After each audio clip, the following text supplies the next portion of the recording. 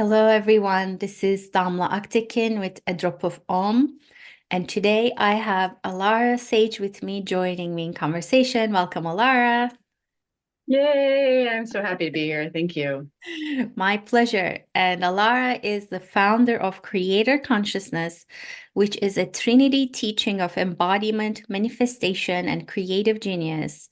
She's a womb shaman and an intuitive healer and coach. And I'm so excited to have you here, Lara. And I like to start with asking my guests, what is your story really? What brought you here to doing what you do right now? Yes. So many years ago, in about 2013, I was driving to go work on horses. At that time, I was a body worker, a healer for horses. And so I was in my car and I was driving, and my higher self came in and said, Om 3 times. Now, at the time in my spiritual journey, I meditated every day, but I didn't practice oming. I knew what it was. So I was like, okay, driving the car. And so I took a nice deep breath, Om, all the way to the end of the breath, very intentional. I did that 3 times. At the very end of the third breath, an energy shot through my body, out my crown, and I went into full body orgasm. I had to pull the car over because it was very intense. Luckily, I was just on a back road. And I had never had a full body orgasm. I hadn't had a full body orgasm sexually. Orgasm at that time in my life was actually quite challenging for me. And of course, I'd never had anything close to a full body orgasm outside of sexual interaction. And I was just in it for a couple of moments. It was very, very intense in this really beautiful and blissed out way. And then it subsided, and I just found myself in this absolute state of bliss and euphoria. And I was just like, wow, what happened? I had no idea what had happened to me. And I just remember driving on the back road, and then I got on the freeway and I just was cranking the music and I was waving at everybody and I was singing and I was just having such a fun time. And the energy lasted most of that day. And then it shifted into quite a chaotic period of time for me for about 5 months, where I started to face some emotions. So what had happened to me was a Kundalini spontaneous awakening. But I'd heard of Kundalini. I didn't practice Kundalini. I didn't really know what it was, and I absolutely didn't connect that that's what was happening to me. At the time, I had considered myself very emotionally stable, but I wasn't emotionally stable. I was emotionally suppressed. So what happened was all of those emotions that were suppressed in my body came roaring out. And for 5 months, I was all over the place. One minute I would be on the floor weeping, grieving, just feeling so sad. And the next minute I'd be raging, and then I would be like, kind of like laughing hysterically. And I kept checking in with my higher self, like literally from my heart. Am I going crazy? And my higher self just said, no, keep breathing and allowing the waves to come through you. So that's what I did. Luckily, I was blessed to have a strong connection with my higher self. And then after about 5 months, it started to subside. And as the universe does, a book came into my space called Kundalini Awakening. And that first chapter was about spontaneous Kundalini awakening. What I really learned from it and gained from it was it awoke me to what I was really in, what I was experiencing. I was numb, I was shut down, but I was totally unaware of that. And it made me aware of what's possible to feel and experience in life, and also made me aware of the suppression of myself. So it started me on this journey of understanding more of what that Shakti is, and also, of course, helping others to experience that in themselves. That's quite a story. What were you doing with horses at this time? So I became an animal physical therapist, which means you do physical therapy on the horses. So I would do body work on them, but it just transformed. The horses have been one of my primary teachers in life because I had horses growing up. And the horses became my teacher is a healer. I had angelics and other beings showing up and teaching me about the energy centers and how energy moves and how to channel energy. So it started off as physical therapy, moved to energy healing, and then actually moved into animal communication. Mhm.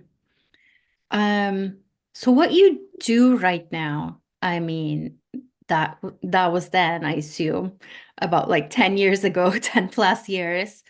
But now you're working with creativity, you're working with the second chakra, the womb. Tell us a little bit about that transition and what exactly you do with those subjects right now. Yeah, so I really work with the Trinity, which is body, mind, spirit, and it is, from my opinion, sacral heart pineal. And one of the things that I started to experience through my spiritual evolution was, I spent hours and hours in meditation, very transcendent, blissful meditations. And then there seemed to be a little bit level of a disconnect between the meditation, what I was feeling, and my everyday life. And my higher self, most of my journey has been, guided and taught to me by my higher self. I've had mentors, but most of my teachings come from my higher mind. Um, and my higher self started taking me into the process of embodying those lower chakras that I feel like is oftentimes really just not looked at in spirituality. We talk a lot about the heart, which is very important, and it is our center. We talk a lot about the pineal because that's our psychic space, but who talks about the sacral? Who talks about, for women particularly, the womb space? I mean, our womb is a pure connection force directly to the cosmic womb. It is pure potentiality. Also, what my higher self started teaching me was how to activate and move my Shakti, my Kundalini Shakti. So, understanding the movement of the Shakti through our bodies and how she absolutely starts in those lower chakras, and the importance of really moving in those lower chakras and the low vibratory energies that we hold there, particularly of shame, and how that really prevents us from really deepening into the heart space, has been something for me that I just feel very, very passionately about helping people and to really embody their divinity in human form. Yes. Let's talk about what you just said with the phrase pure potentiality. For me, I went into a journey with the womb when I visited Egypt in 2022, December 2022, and going into the mysteries of Isis and Hathor, the goddess Hathor, of course, being the womb and the Alpha and the Omega, where things begin and begin and end again. Um, so the pure potentiality I feel exists in all of ourselves, everywhere, all at once, in the omness that we are, in the vibration that we are in ourselves. But what is it about the womb that is so potent about reaching that, accessing that pure potentiality? Yeah, it's such a great question. Well, the womb is that bridge between the ethereal and the physical, right? It is what literally creates life itself.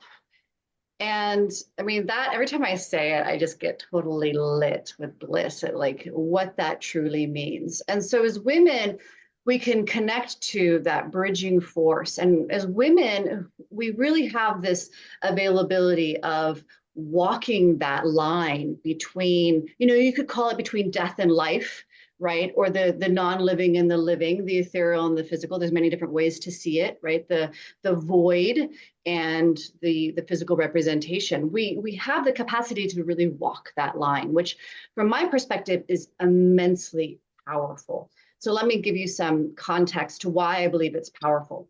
For one, when we connect our womb to our heart's desires, our heart's desires are connected to our soul.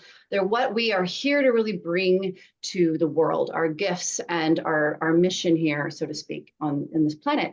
And when we're really connected to that heart's desires and we connect our womb, she has this magnificence of creating this longing, this yearning. She longs and yearns to create. And so what she does when she's connected to the heart's desires is she begins that longing and yearning. And you can literally feel it in your heart and you can feel it in your womb when they're connected, because there's a massive For lack of better description, what I see it as is a wormhole between the womb and the heart. And so when she's in that longing and the yearning, she magnetizes, right? The feminine is magnetic. She draws in energy. So she will magnetize opportunity. She will magnetize inexhaustible resources into her space to enable, to serve the creation of the heart's desire. So that in and of itself is so incredibly magical. The second thing I would say is we have a lot of esoteric wisdom in our womb, in our G-spot, in our ovaries, and our clitoris. I teach what's called the 8 gates of sexual magic. And there is just a powerful process that happens when we really understand our sexual magic and our Shakti, which in my opinion, all sexual magic is Shakti, not all Shakti is sexual magic, or sexual energy, sorry. All sexual energy is Shakti, not all Shakti is sexual energy. So when we understand that, we create a really strong relationship with our Shakti and our sexual energy, and that enhances our ability to create, again, very magically, very easily, very gracefully, very much in that feminine way. And there was a third one, and I don't know. Oh, yes.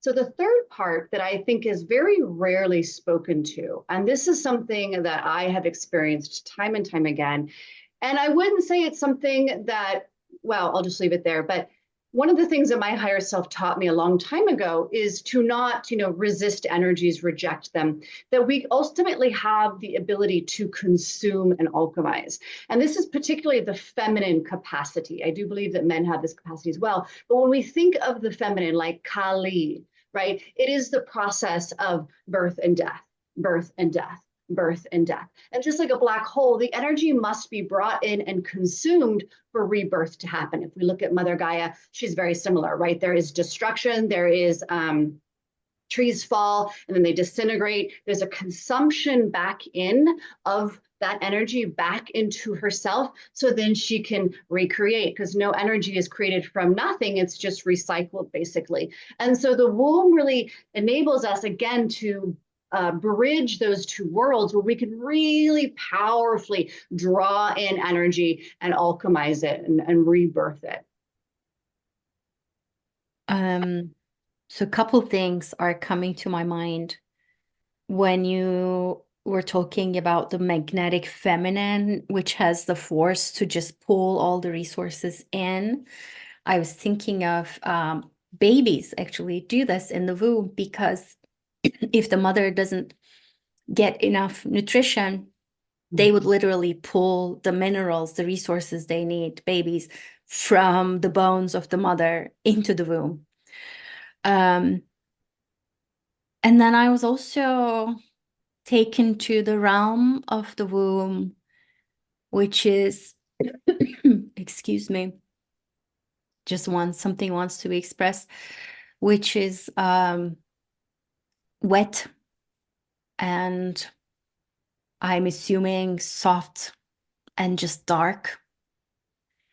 And there are earthquakes there that we women go through during our menstrual phases every month. So it's not this, like, I don't know, it's not like a flowery place. It's more like the bottom of the mud where the lotus gets just like the I don't know, branches of the placenta. There's something that reaches there in that dark, moist soil to be nourished.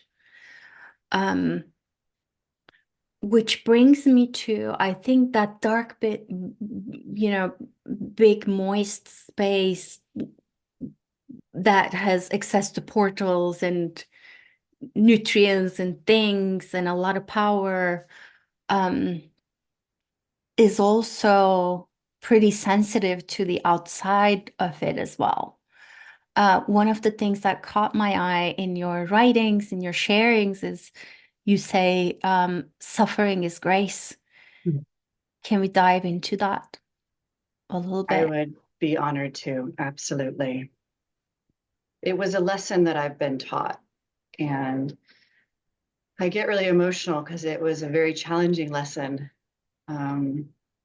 When I had a communion with God, it was very intense and very, very beautiful. And very shortly after that, I was brought that term, suffering is grace. And conceptually, I understood it was true, but I resisted it in my body.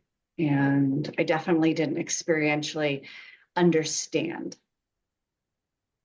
You know, it was like my heart was ringing true to it, but like part of me was just like, but I don't get it. How can suffering be grace? And then I was taken through a lot of suffering after that.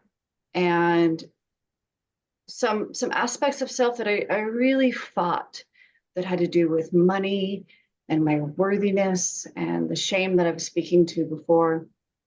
And one of my fundamental beliefs of self is belief of inadequacy. That's one of my lessons here in life, is to transform the belief of inadequacy. And I was taken through all of this suffering. And, you know, initially I wanted to transmute it, right? Because I had been through many dark nights of the soul. I'd been through a lot of this. It's like, I got this. You know, arrogance is such a, a blocker to our true power. And I've held a lot of arrogance. And I was just like, I got this. I got this, God, right? I got this. I'll just transmute it all. And that's not what happened. And I just kept getting slapped and kept getting slapped and couldn't seem to transmute it until I finally let go and learned to really, yes, surrender, but I prefer to say deeply relax. My higher self guided me to just relax, like every part of my body. And then when I thought my body was relaxed, relax more. And then when I thought I was relaxed more, relax more, and relax and relax and relax. And how relaxed can I really get? And I would find all this deep inner tension in my body that was just holding on so tightly, and this deep inner pain. And my higher self would say, sit with it and just feel it. Feel the immensity of your fear. And I came across this fear of annihilation, fear of destruction that I think I had skirted around before, but I just full on experienced it, the trembling in my body. I'm going to die. You know, the immense shame and just how painful that is, the inadequacy, all of it. And I was just told to sit with it, to relax, let go even more, relax even more into it, relax even more into it. Not trying to shift it, not trying to change it. And not every time initially right away, ultimately it would shift into bliss. But that wasn't, you know, it wasn't like, oh, let go and then bliss, right? Sometimes I had to be with it for a period of time and really sit with it. And it brought me to this place where I can really sit with pain and enjoy it immensely, orgasmically. And, you know, at the time this happened, I already saw all of our reflections of my reality as lessons. I already thought, okay, great, this is what I'm going through. Like, what am I here to experience? You know, what am I here to learn? Like, I'm such a learner, I'm such a student. So I already saw life like that.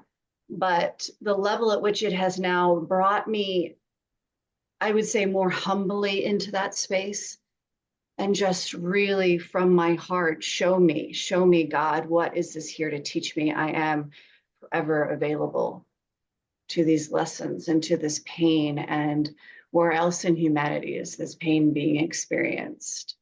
So it has been a tremendous gift. Mm.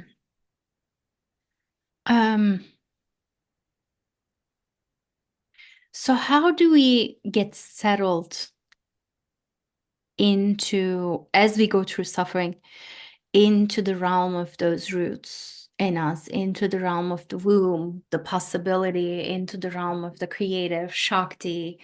What are some of the ways that we can access that portal, which I feel like you mentioned in that sense of becoming a container?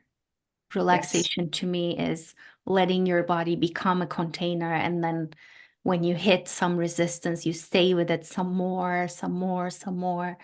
But are there any other ways we can perhaps even more directly get to the womb space and its alchemical, magical powers. Absolutely. I teach the 4 keys of embodiment. And so I'll just go through those quickly and then tie them into the womb. So the 4 keys of embodiment, from my perspective, the first key is presence, which is really, where is your attention, your awareness, your focus, right? The second key is breath. And the breath is just such a powerful tool that is always available. It really connects our subtle bodies to our gross bodies, connects the conscious to the subconscious mind. And the third key is expression, using our voice to decree, declare, command our energy, as well as just express sound tones that are very powerful, because our voice is always most powerful to us uniquely. So for the audience listening, your voice is most powerful to you, more powerful than my voice, Damla's voice, anybody's voice, your own voice. And the fourth is movement, moving the body, helping it, assisting it, and just whatever it needs, not dancing or yoga even, because that is a prescribed modality of movement. The feminine way of movement is what I really enjoy, even though I've had years of yogic training.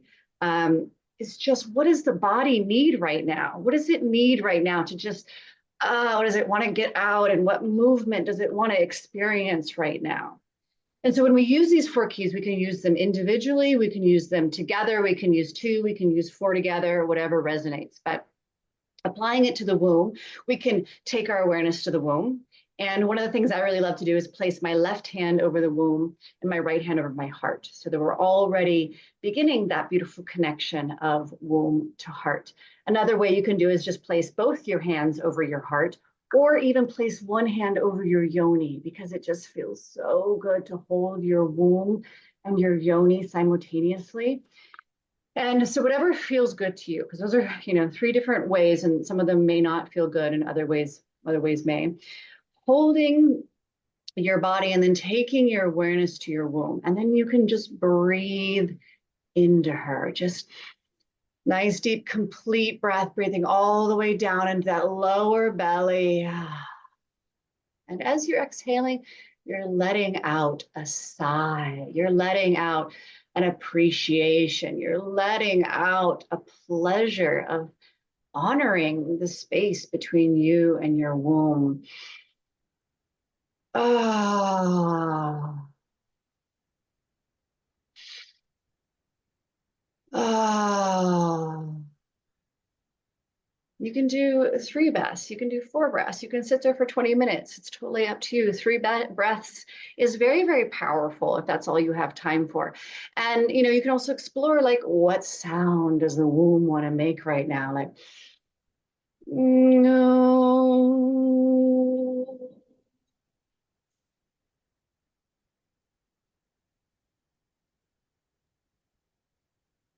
Just allow and expand the sound out of your mouth. Sometimes it may not come out that way initially. Trust me, it's taken me years of inadequacy to get to. So don't expect, if it does, beautiful, but if it doesn't really come out, it's okay, right? Like, understanding that that's just a process of letting yourself express, letting that flow through your mouth and through your vocal cords. So that's one of my favorite ways to teach people to connect to their womb.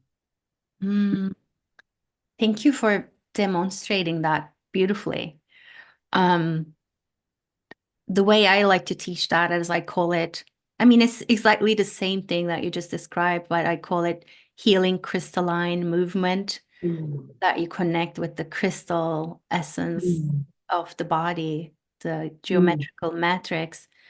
The other thing that it reminds me of is, so the 6th chakra and 5th chakra and the 2nd chakra are connected in the way that there's a famous midwife, Ina May, teaches that the sphincters of the throat are connected with the sphincters of the genitals. And so for birthing women or women preparing to give birth, making sounds actually opens and soothes the birth channel, which I feel like you said so very beautifully demonstrated. And I love the idea of, okay, what kind of sound does my womb wish to make right now?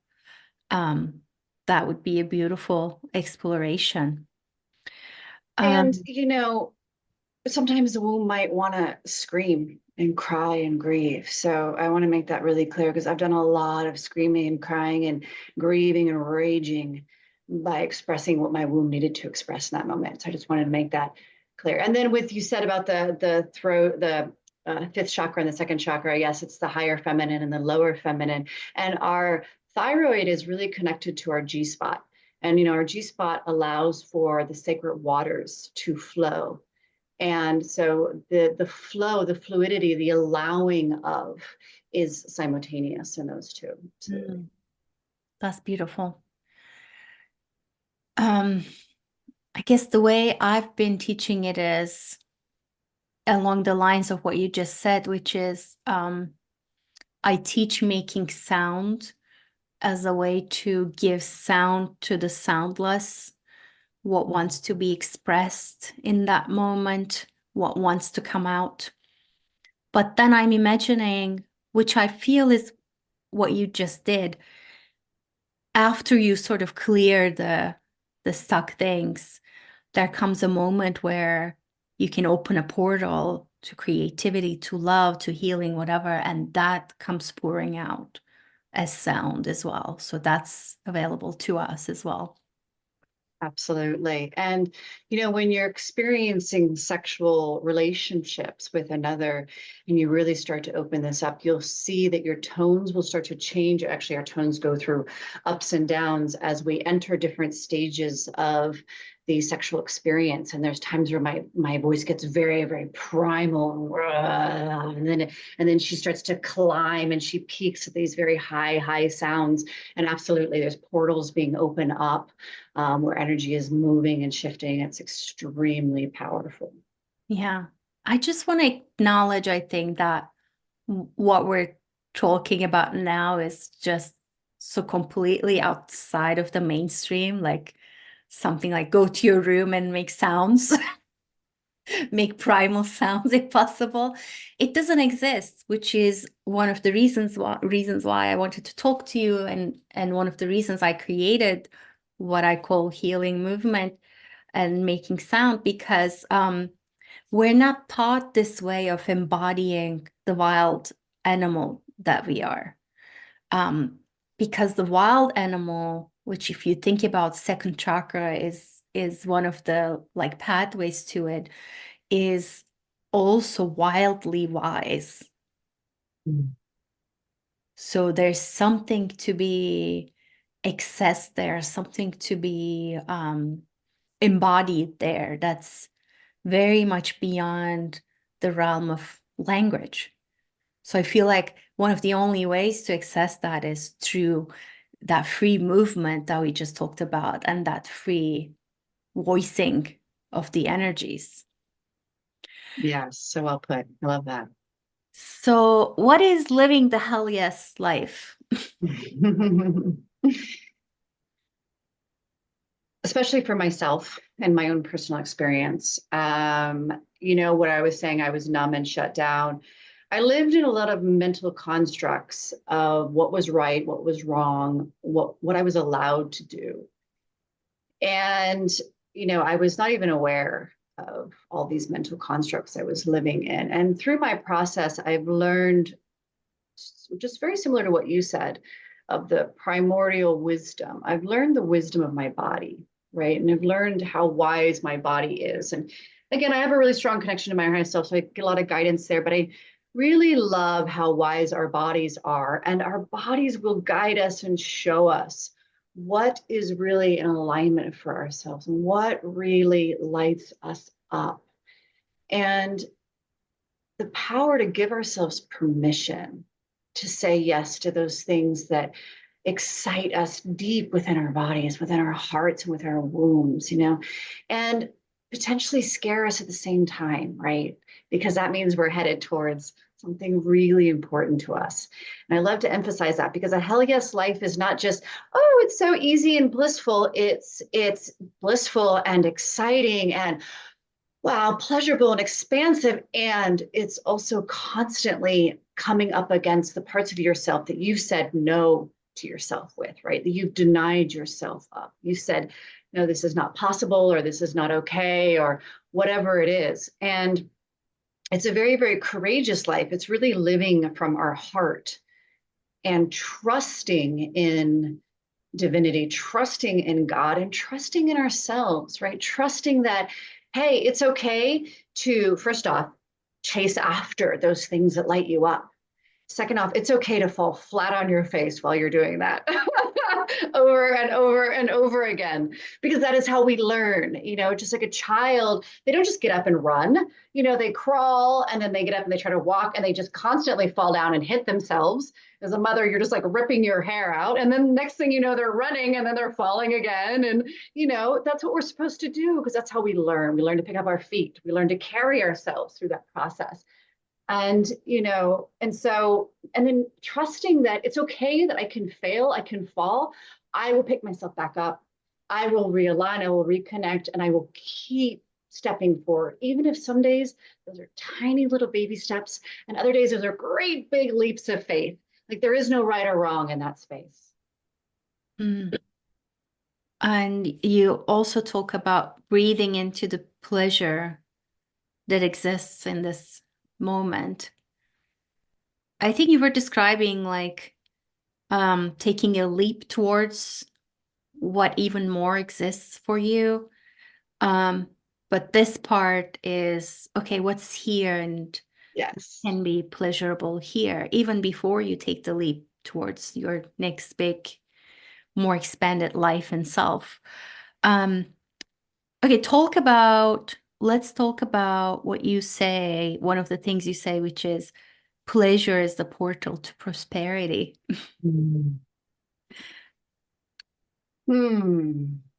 So again, understanding, for one, our Shakti and our sexual energy, and understanding that whether you've had sexual trauma or not, I had sexual trauma, but whether you've had sexual trauma or not, humanity has been radically distorted in our relationship with our sexual energy and our sexual interactions. And sexual energy is, like I said, Shakti. It's part of the energy of creation.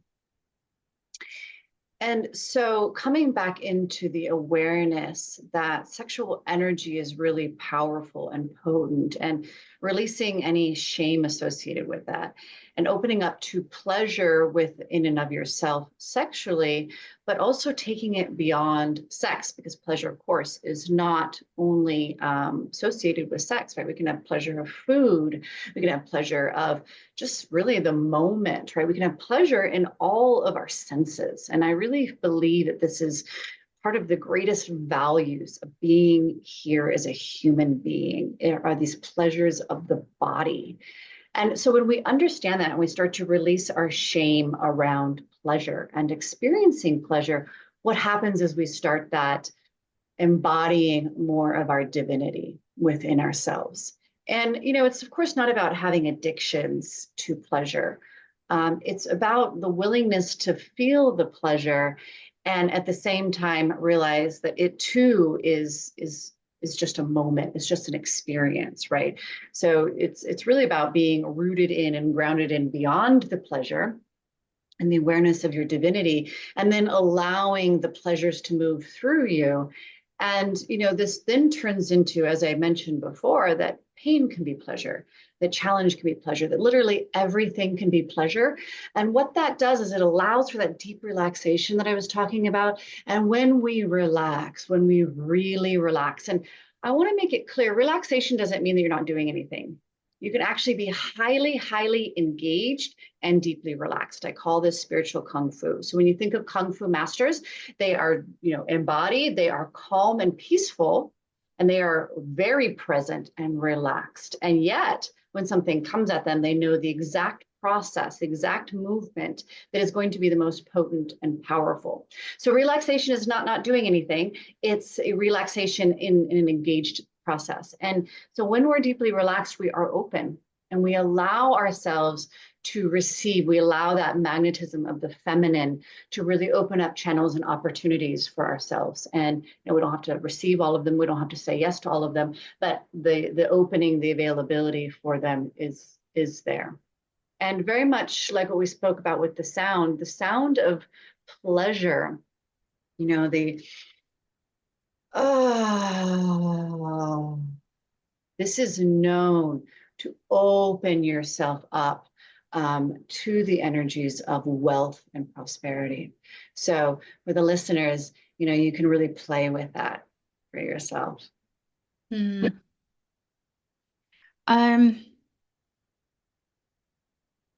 When you look back on this journey of yours, what would you say was your biggest aha moment, one that you can access right now? Definitely had a lot of those. The one that comes through right now is when I met my partner. I had been told that I was supposed to, find somebody very conscious. And I was looking for somebody very conscious. And then I actually had a friend channel a message to me, and maybe that's not what you need. And I met my just incredible partner right after receiving that message. And he wasn't conscious.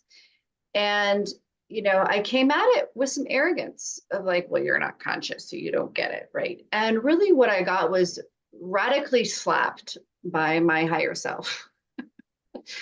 And what I really got to see was the reflection.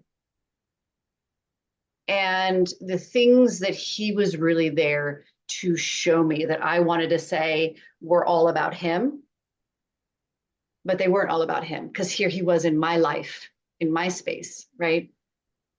And so through the willingness to really see and really look at the reflections that were happening, I had radical transformation with regards to devotion and love and self-acceptance.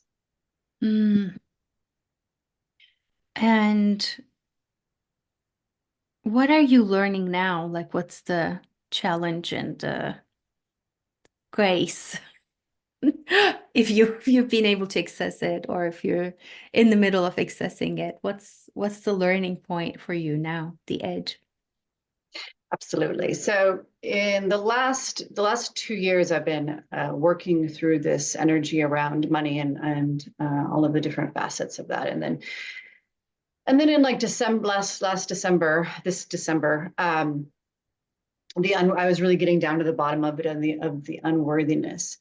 And then my digestive system really started to go array, which is always a good signal. And I started to really deepen into the shame around money, and it wasn't something that I ever was conscious of.